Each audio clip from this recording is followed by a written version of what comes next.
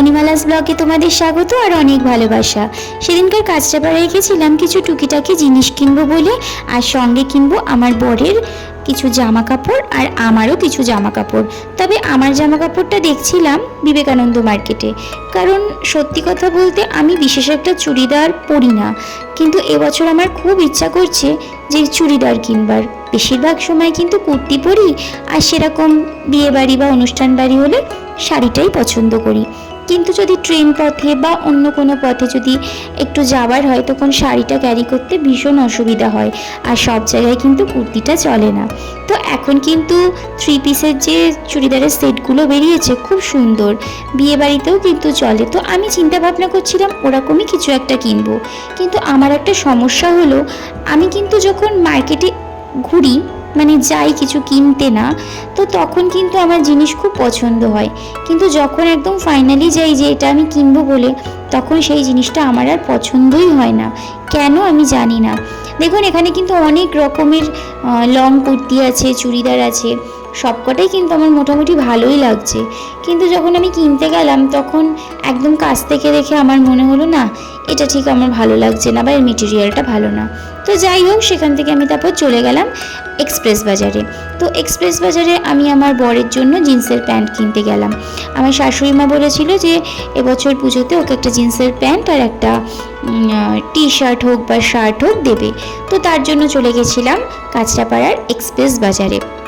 তো এক্সপ্রেস বাজারের কিন্তু কালেকশন কিন্তু বেশ ভালো, আর সত্যি কথা বলতে ছেলেদের জিন্সের কোয়ালিটিও ভালো। আর এখানে কিন্তু মোটামুটি সারা বছর অফার প্রাইস পাবেন, বাই ওয়ান গেট ওয়ান থেকে আরম্ভ করে একদম লো প্রাইস। দেখুন আমি আপনাদেরকে মোটামুটি কাউন্টারগুলোতে ক্যামেরাটা ফোকাস করাচ্ছি। দেখুন 699-এ জিন্সের প্যান্ট, 599-এ জিন্সের প্যান্ট। আমার মনে হয় না এরকম অফার আপনি অন্য কোথাও পাবেন। তো আমি এখানে গিয়ে দেখছিলাম, দেখুন আবার শার্টের সঙ্গে বাই ওয়ান গেট ওয়ান, সেটাও আবার 799-এ। তো যাই হোক, আমি এই কাউন্টারগুলো ঘুরে ঘুরে দেখছিলাম। বরের জন্য পছন্দ করেছিলাম একটা জিন্সের প্যান্ট, তো সেটার কিন্তু আবার কালারটা আমার মনে হলো যে না, এই কালারটা অতটা ভালো লাগছে না। তারপর ওখান থেকে ওনাদেরকেই বললাম যে আপনারা একটুখানি সাইজ ওয়াইজ আমাকে পছন্দ করে দিন। কালারটা আমি বলে দিয়েছিলাম। আসলে ছেলেদের জামা কাপড় কেনাটা না বড় হ্যাপা, মানে আমার কাছে অন্তত। আমি না সাইজ একদম বুঝতে পারি না। আমি ওর একটা স্যাম্পল জিন্স নিয়ে গেছিলাম, তো সেই মাপেরই আমি কিন্তু এনেছি। তারপর আমার এই টি শার্টটা কিন্তু পছন্দ হয়েছিল। টি শার্টটা যখন আমি বিল করতে নিয়ে যাই তখন হঠাৎ করে মনে হলো যে না, ওর এরকম ধরনের একটা টি শার্ট রয়েছে, তো সেটা আমি চেঞ্জ করে একটা হোয়াইট কালারে নিয়েছিলাম। তারপর দেখা হয়ে যায় আমার ছেলের বন্ধুর মায়ের সঙ্গে।